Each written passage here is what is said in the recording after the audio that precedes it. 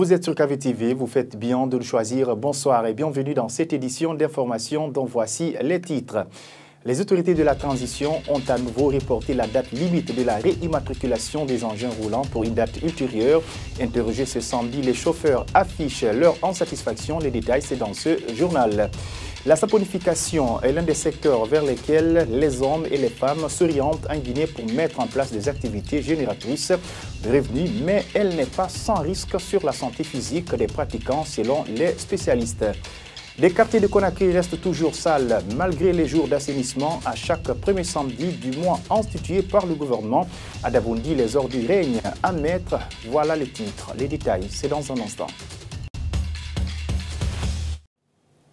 Encore une fois, bonsoir et bienvenue. À la une de l'actualité, les négociations tripartites ont repris ce vendredi entre le mouvement syndical, le patronat et le gouvernement au ministère du Travail et de la fonction publique après avoir claqué la porte ce jeudi et accusé le gouvernement d'être de mauvaise foi. Le mouvement syndical affirme que les autorités ont décidé de faire face à leurs différents points de revendication pour le président de la Commission nationale des négociations.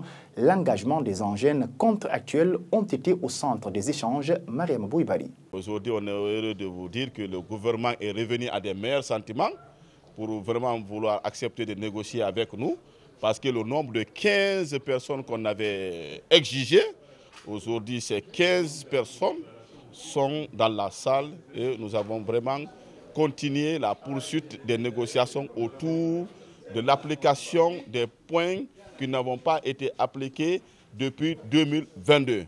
Pour cela, nous avons discuté surtout sur l'engagement des enseignants contractuels. Nous, le mouvement syndical guinéen, nous avons proposé au gouvernement guinéen à ce qu'une évaluation soit faite dans les classes. Parce que, comme vous le savez, la plupart des concours qu'on organise ici en Guinée, on n'organise pas les concours de façon juste. Parce que ceux qui sont capables et qui sont bien, on les écarte et puis on procède à des recrutements fantaisistes, prendre des personnes vraiment qui ne sont pas compétentes. Restons toujours dans l'actualité. Dans la circulation, les chauffeurs accueillent cette annonce avec un sentiment d'insatisfaction pour ces derniers dont la majorité constitue des chauffeurs de ligne. Prolonger les dates n'est pas la solution. Ils demandent la diminution de 500 000 francs guinéens. Le prix des permis de conduire biométriques. Amar Bangora nous fait le point. Au rond-point de Bessia, nous avons trouvé Ivoirien, conducteur de la ligne Bessia-Port 2. Avec une recette journalière de 50 000 francs guinéens, la trentaine et ses amis disent ne pas être à mesure de se trouver un permis de conduire biométrique dont le frais d'obtention vient d'être revu à la baisse à 1 270 000 francs lors d'une négociation. On ne peut pas prendre ça. Nous c'est la débrouillant. Débrouillant, on va comprendre. Donc, on a fait modèle tout le monde. On a un recette scindé. Ça ne nous permet pas de prendre le permis là. Si les autorités ne diminuent pas le prix des permis de conduire, qu'elles créent alors des emplois où nous, les chauffeurs, pourrons avoir des salaires, pouvant nous permettre de se trouver ce document si cher. Dans les points d'attente ou de regroupement, le sujet fait débat. Mandio Kondé représente le syndicat. Au regard de la conjoncture actuelle, il demande la diminution du coût de confection des permis de conduire et de cartes grises. Le permis guinéen est très coûteux. Ils ne pensent pas que tous les pays ont la même monnaie que la Guinée, alors que notre pays a la sienne et des réalités différentes. Nous demandons aux autorités de laisser à 500 000 francs guinéens pour toute catégorie d'engins confondus. À l'issue d'une rencontre tripartite, la date initiale a encore été repoussée. Les conducteurs ont jusqu'au 31 décembre 2023 pour se mettre en règle. Reste à savoir si tous les conducteurs se procureront du sésame avant cette date sous peine de s'exposer aux sanctions conformément au règlement en vigueur. Les présidents des coalitions ayant pris part au cadre de dialogue ont tenu ce samedi une réunion dans un réceptif hôtelier de la place. La rencontre s'est tenue autour d'un compromis sur les mesures des étapes de la transition transmises par le ministre de l'Administration du Territoire et de la Décentralisation, mais aussi sur l'application des 35 résolutions issues du cadre du dialogue interguinéen. Je vous propose de suivre un extrait au micro de Mariama Bouiba. Les cadres des coalitions se sont réunis et ont issu un communiqué. Les points qui ont été discutés, c'est d'abord la création d'une structure dont le nom, la dénomination vous sera communiqué dans les tout prochains jours. C'est un acte de bonne foi pour ceux qui se sont engagés à soutenir une transition apaisée pour que les élections crédibles se fassent et à la satisfaction de tous. Les acteurs de la société civile et syndicaux seront conviés à participer à la dynamique. Il ne s'agit pas seulement des coalitions, il s'agit aussi de la société civile et des fêtières qui sont affiliées. Les sociétés syndicales, ça sera un groupe fort, multiple et puissant. Deuxièmement, la mise en place d'une commission de rédaction de mémorandum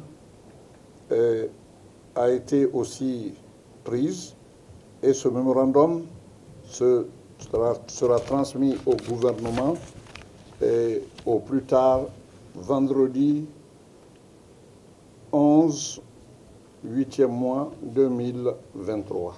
Fait marquant de l'actualité, le Premier ministre Bernard Gomoh a procédé récemment à une évaluation de l'ensemble des ministres de son gouvernement.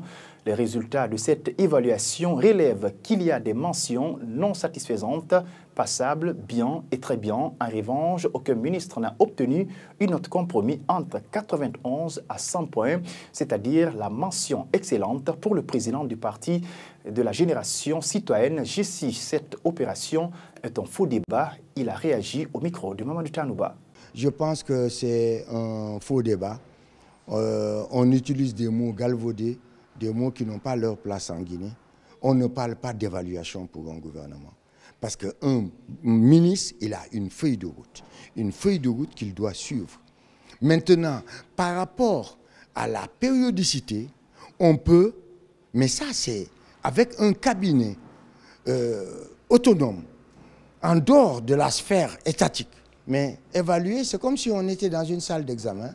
C'est comme si c'était un examen de passage. Tout ministre qu'on va foutre à la porte demain, on va dire « Ah, c'est parce qu'il n'a pas réussi, etc. » Non.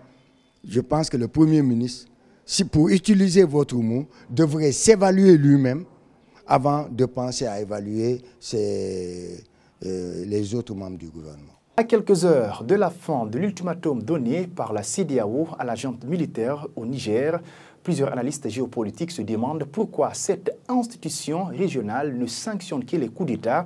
C'est le cas de Thierno Boubacar Tounkara et Djigiba Balato Traoré. Pour eux, la CEDEAO doit également se faire entendre quand il y a défaillance institutionnelle dans les pays membres, notamment les coups d'État constitutionnels. Suivons-les au micro de Lansana Fofana. La CEDEAO est devenue le dindon de la farce, c'est-à-dire qu'avec ces déclarations incantatoires concernant les pays qui sont en guerre avec les djihadistes, comment la CEDEAO, au lieu de prendre des armes, de venir défendre ces pays-là, peut-être condamner, suspendre ces pays.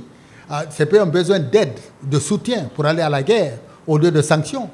Ils sont en guerre comme des djihadistes, vous ne venez pas les aider, vous les sanctionnez. C'est vraiment anachronique. Moi, je crois que la CEDEAO, elle a atteint ses limites. Qu'est-ce que la CEDEAO a fait? lorsque Ouattara s'est octroyé un troisième mandat? Qu'est-ce que la CEDEAO a fait lorsque le président Alpha Condé a modifié la Constitution?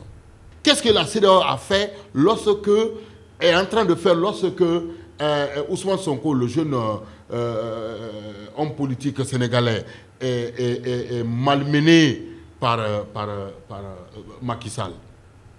Qu'est-ce que la CEDEAO a fait dans le cadre de la lutte contre les institutions, dans le cadre de l'instabilité de nos institutions? Je pense que cette structure doit revoir sa copie. La saponification est l'un des secteurs vers lesquels les hommes et les femmes s'orientent en Guinée pour mettre en place des activités génératrices de revenus. Malgré les risques liés à son exercice, ces citoyens s'y lancent volontiers pour leur propre épanouissement.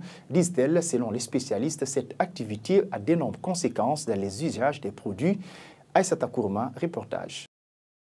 La fabrication de savon est une activité génératrice de revenus pour les hommes, tout comme pour les femmes. C'est le cas de Amadou Baïlo Diallo, qui œuvre depuis 2 ans maintenant dans la fabrication de savon. Pour lui, apprendre la saponification est une manière d'être non seulement autonome, mais également de participer à la réduction du taux de chômage dans le pays. Déjà avant de me lancer dans ce domaine, je me suis mise à la recherche des centres de formation où je devais me former dans ce domaine-là. Quand j'ai commencé de mener la recherche, à l'époque, il n'y en avait pas de centre en Guinée. Mais heureusement, il y a eu des centres qui y étaient déjà. Tous ces ingrédients que nous avons utilisés pour fabriquer ces produits sont issus des plantes. Maintenant, parlant de savon dire des ménages, nous utilisons un produit chimique qui est la soude caustique, qui est excessivement dangereuse et mortelle même. Pour Alphonse Fayawenduno, chimiste, il est dangereux de fabriquer soi-même son savon, car il y a des risques dans la transformation des produits chimiques. Dans le métier de saponification, il faudrait une formation. Il y a beaucoup de substances chimiques dans la saponification. C'est des huiles, c'est de l'huile mélangée à la soude caustique, c'est des esters. Et lorsque vous prenez la soude caustique est très corrosive pour la peau. Et ces gens-là, ils doivent subir une formation pour protéger d'abord. Si vous regardez leurs mains, les mains sont complètement dégradées parce que la peau, les premières couches de la peau sont parties pour les utilisateurs de ce savon-là. Et finalement, lorsque la peau perd sa résistance, ces gens-là sont exposés à des infections. Donc, ils doivent subir une formation et encore, ils doivent porter des objets qui peuvent les protéger, tels que les gants. Ils doivent subir toutes ces formations et doivent protéger même les narines. Il faut rappeler que ces fabricants de savon se font une source de revenus grâce à cette fabrication locale de savon. Et sur le plan de la santé, certains chercheurs estiment que la saponification peut affecter la santé physique, mais surtout la peau.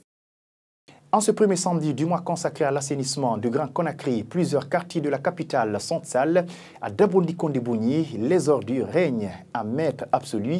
En dépit des odeurs qui dégagent ces déchets, des usagers se plaignent de cette situation, surtout en cette saison hivernale. Ils demandent aux autorités de trouver une solution. Mamaïsata Tawel Kamara pour plus d'explications. Des sachets plastiques, des vers de terre et des tiges. Voici l'image peu reluisante que présente Dabondi-Kondebougny, située dans la commune de Matoto. Ici, les ordures de tout genre règnent à maître absolu. Les conducteurs des engins respirent en longueur de journée l'odeur nauséabonde dégagée par ce tas d'immondices. Ismaël Silla est un habitant de ce quartier. Pour lui, les autorités doivent faire face à cette situation. Vraiment, ces ordures nous fatiguent. Nous demandons de l'aide aux autorités. Ces ordures sentent et elles dégagent trop de chaleur. Selon les usagers de cette route, ces ordures proviennent des ménages. Moustapha Silla demande tout de même aux dirigeants de mener des séries de sensibilisation pour éclairer la lanterne des habitants de Dabondi sur les dangers liés à cet acte. Nous devons mettre les ordures dans des poubelles, mais les autorités doivent nous aider à en avoir pour éviter de mettre les ordures dans la rue. Ici, il y a toutes sortes de déchets. Ça nous fatigue beaucoup. Le gouvernement doit sensibiliser la population de Dabondi. Cette situation traduit le manque de résultats des journées d'assainissement de la ville de Conakry initiées et l'incivisme des citoyens. Mais le constat révèle aussi que dans ce quartier, il n'existe aucune poubelle permettant aux citoyens de jeter des ordures. En cas de forte pluie, ils craignent les risques d'inondation. Fini ce journal. Merci de l'avoir suivi et bon suite du programme à notre compagnie et au revoir.